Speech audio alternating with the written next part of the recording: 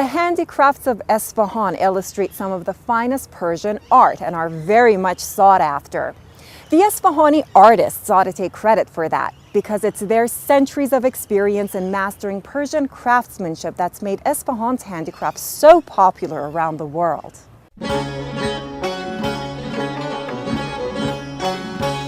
Isfahan, the city that Iranians refer to as half of the world. If you ever visit Iran, this is going to be your first stopover, where you will be spending at least a couple of days.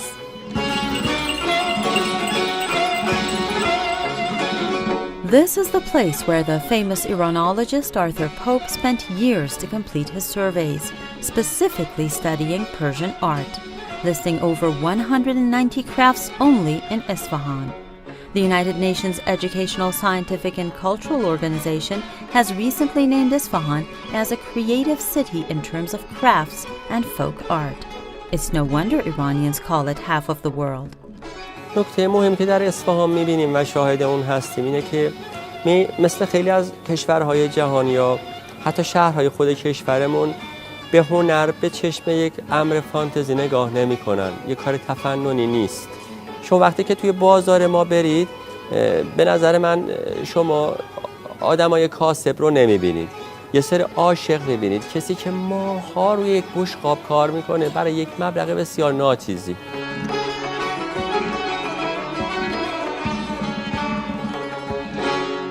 Now, something that really impressed Arthur Pope when he was visiting Isfahan is this.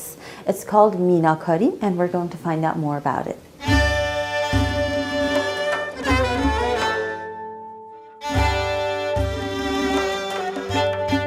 Minakari, or enamel work, is basically the art of ornamenting the surface of a metal by fusing brilliant colors over it.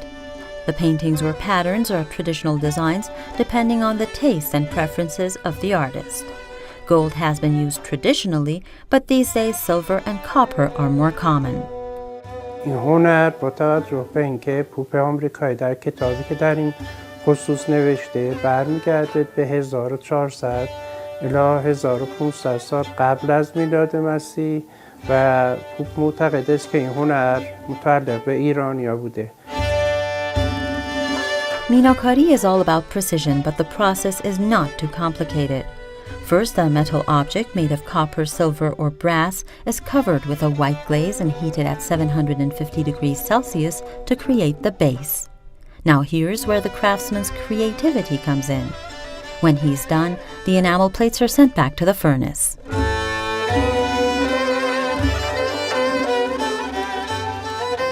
Isfahan is nicknamed the land of turquoise domes.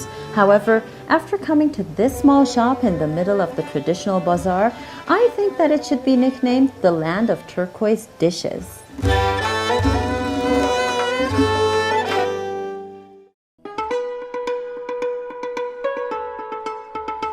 For thousands of years, these blue stones have been valued in Iran and used in various forms by Iranian artists, especially to decorate different objects.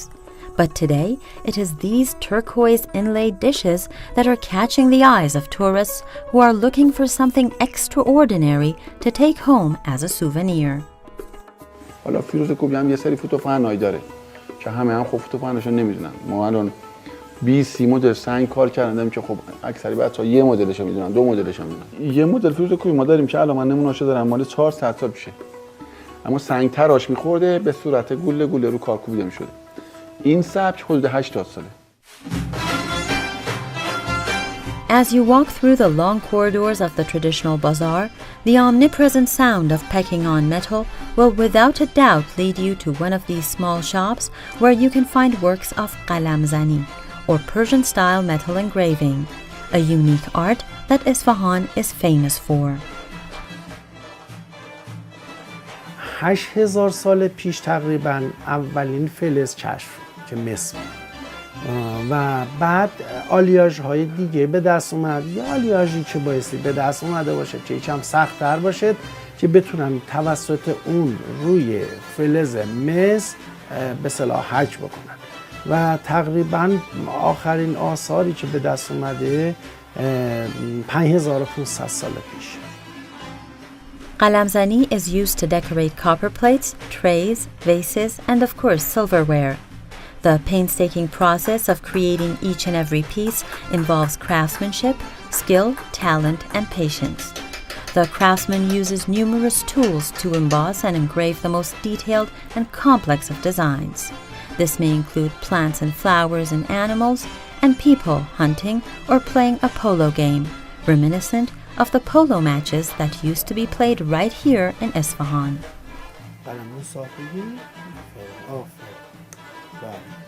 Well, this does not seem easy at all, but I'm going to try it anyways. And then this thing here.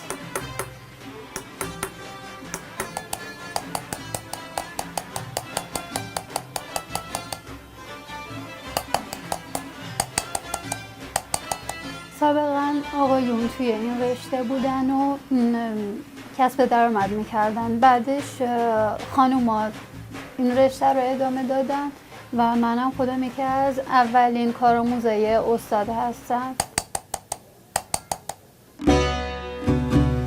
Give me camel bones, some wood, and metal stripes, and I give you the beautiful art of khatamkari.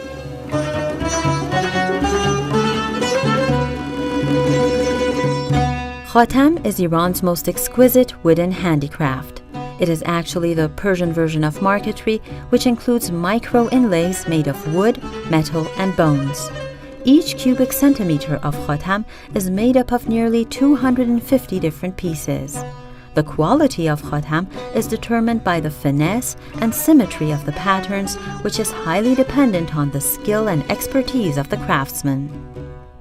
ابتداً میاد با این مقطع گلی که ما میخوایم بپیچیم از ریز پیچی شروع میکنیم.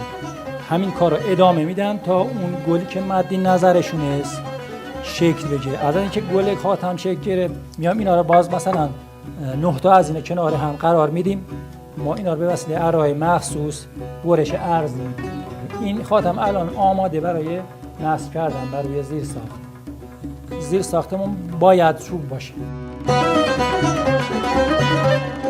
This art flourished in Isfahan in the Safavid era.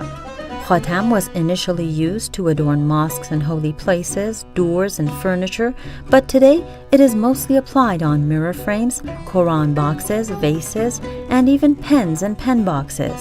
Therefore, quite accessible to be considered as a fine piece of art to remember Iran by.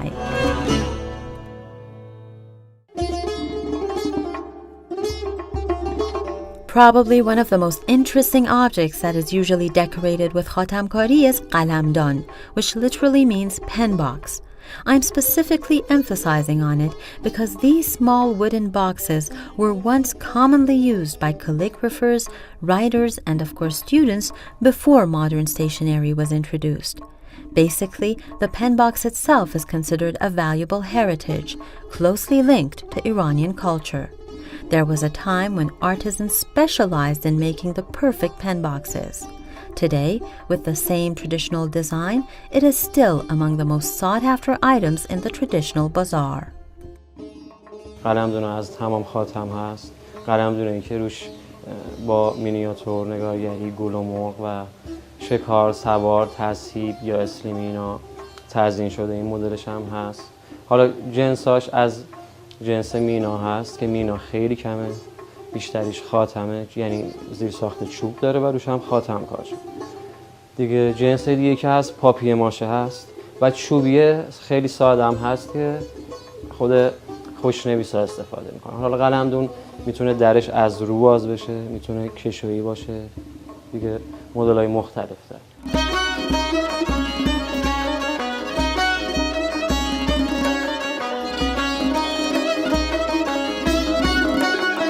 Abundant in the most amazing craftwork you could ever find, Isfahan's traditional bazaar introduces you to a new world.